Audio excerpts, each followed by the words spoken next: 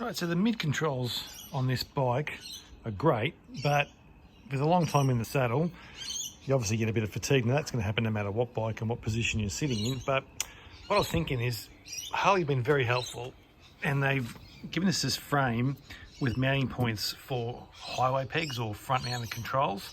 What I'm thinking is I'll make a bracket that bolts into these two bolt holes, existing bolt holes, that just comes up around here somewhere, and I'll just mount another peg up here so I can stretch my legs out a little bit forward. Now what I want is, I want that peg to fold up and be in line with the frame rail. So I want it to start or be mounted basically parallel to the center line of the tube, and then when it folds up it'll be not invisible, but it'll be less obvious. So I just want to make a black steel bracket that comes out of here, and we'll just bolt the peg on at the top. So that's the general idea.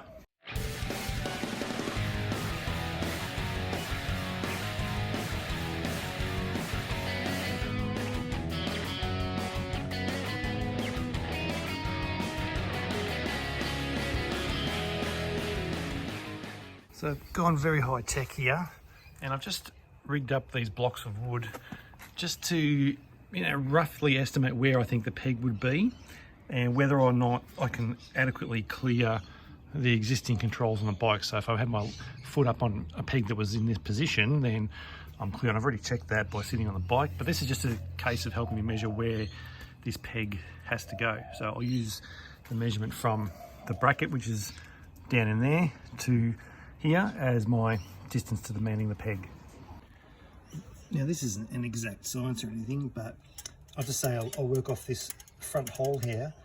From there to the top of the blocks is about 5.5 inches or 140. So maybe we'll go 150, and we can always shorten a little bit later if we need to. So we'll just pop these little caps out and see what is in behind here. Fucking that's nasty. Right, so being Harley to be Imperial, and going by what I can see in there, I'm guessing, I can't see that in the camera, I'm guessing 3/8 UNF. But what I'm going to do is, I've got 3/8 UNF and 3/8 UNC. I'm just gonna, because these are full of rust and dirt and shit, I'm gonna just blast it with a bit of WD-40 and just gently screw in one of these and see which one it's likely to be. Okay, I'm guessing it's 3/8 UNC, but those holes are so full of shit. So I'm gonna have to run a tap through those just to clean them out, because they're rusty and full of dirt and all sorts of nasty stuff. So I can get about one turn in, and they bind up full of shit. So I'll have to run a 3/8 tap through it.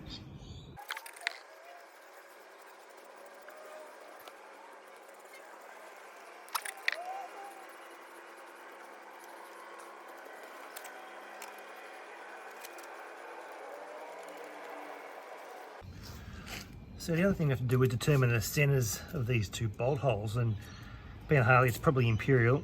And also engineers don't use really stupid specific sizes on stuff like this, so it turns out that it's close enough to 1.5 inches center to center.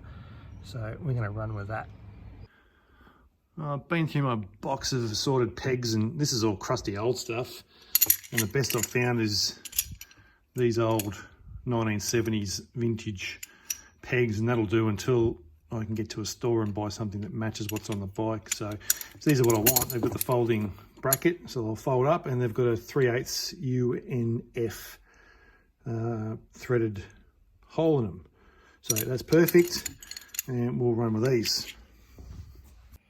Now I'm sure I'm going to get a bunch of comments down below saying, oh, why didn't you use CAD and use a computer? And it's like, well, I can, but it's hard to visualize it on the computer screen, and I've really got the bike out the front. I may as well just make it to suit the bike. So we are using CAD. It's cardboard aided design. So this is what we're going to do.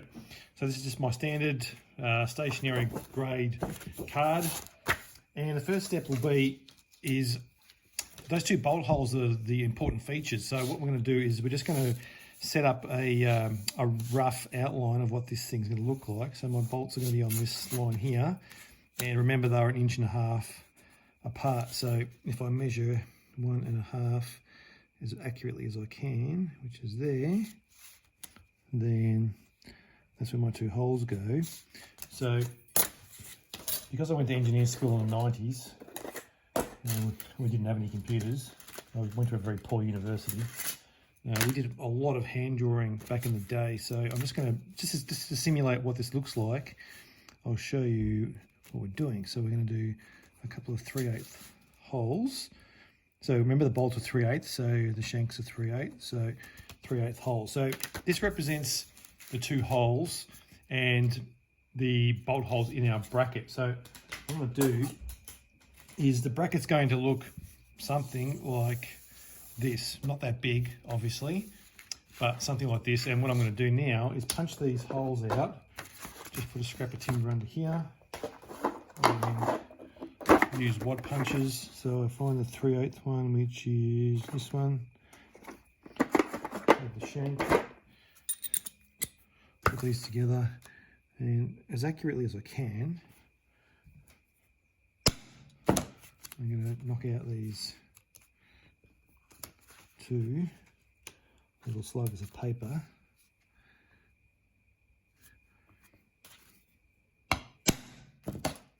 Right, so now what I'm going to do is get a couple of bolts, and we're going to mock this up on the bike itself.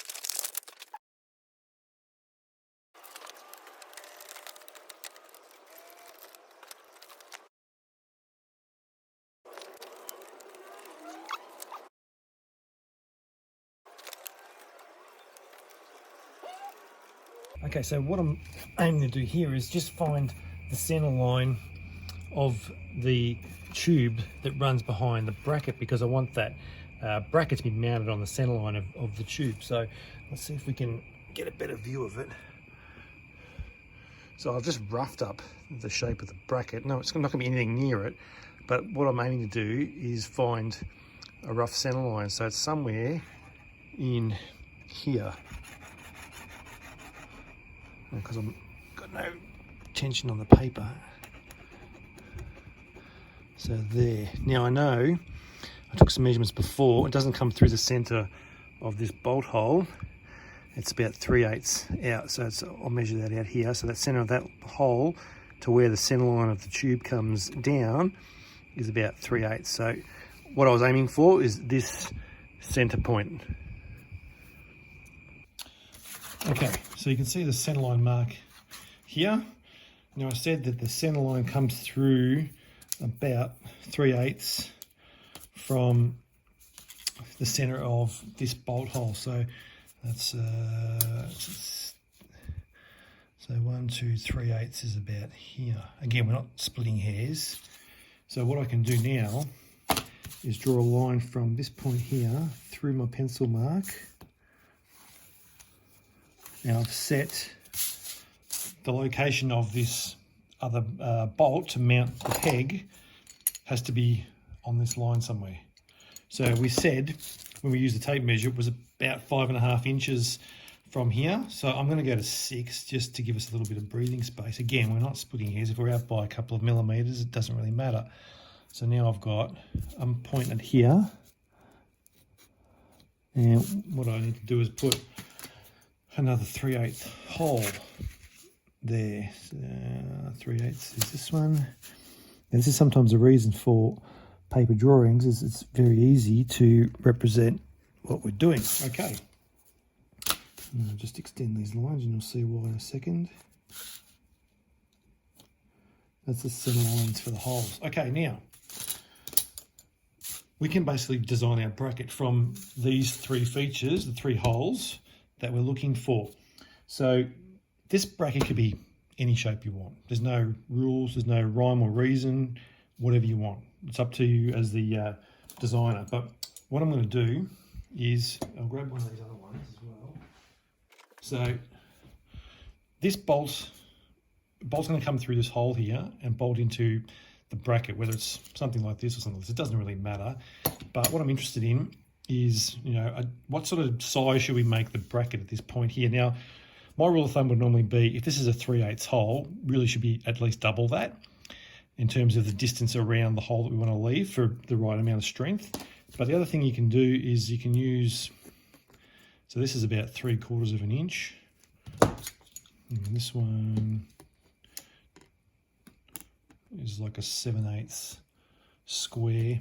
So what I think I'm going to do is we're going to draw in, we're going to use the inch hole template, and we're going to draw in some inch diameter holes and then join them up to make our bracket. Now, again, because we're using cardboard, if we don't like it, well, that's all right, we can change it. So draw an arc there, and we'll draw another arc on here, another arc on here.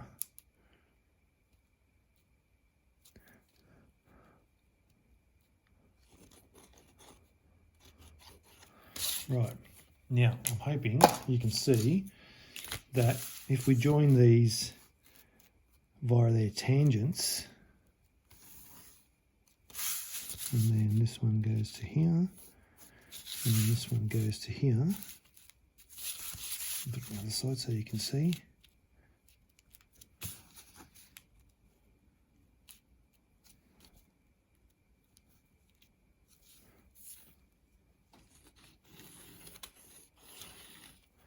You can see very quickly we've sketched out what the bracket could look like. So that's one option. Now, well, it might be a bit hard to see with all the extra lines, so let's just rub them out. Okay, CAD, cardboard aided design. Now, I don't like the look of that bracket.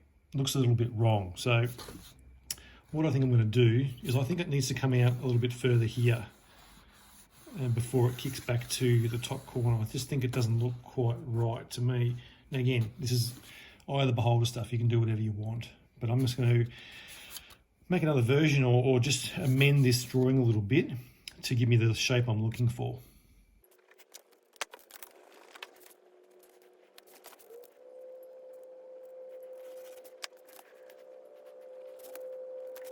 I'm not entirely happy with that either, but what I'm going to do is cut it out and have a look at it on the bike.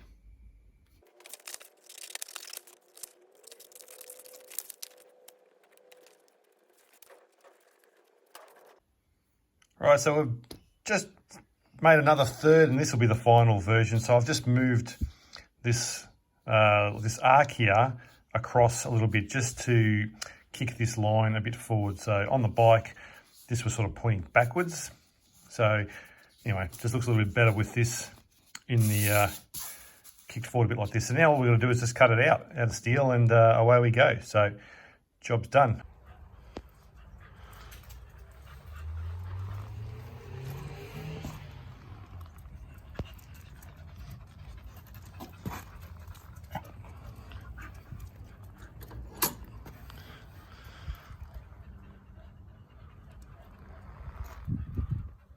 So there you go.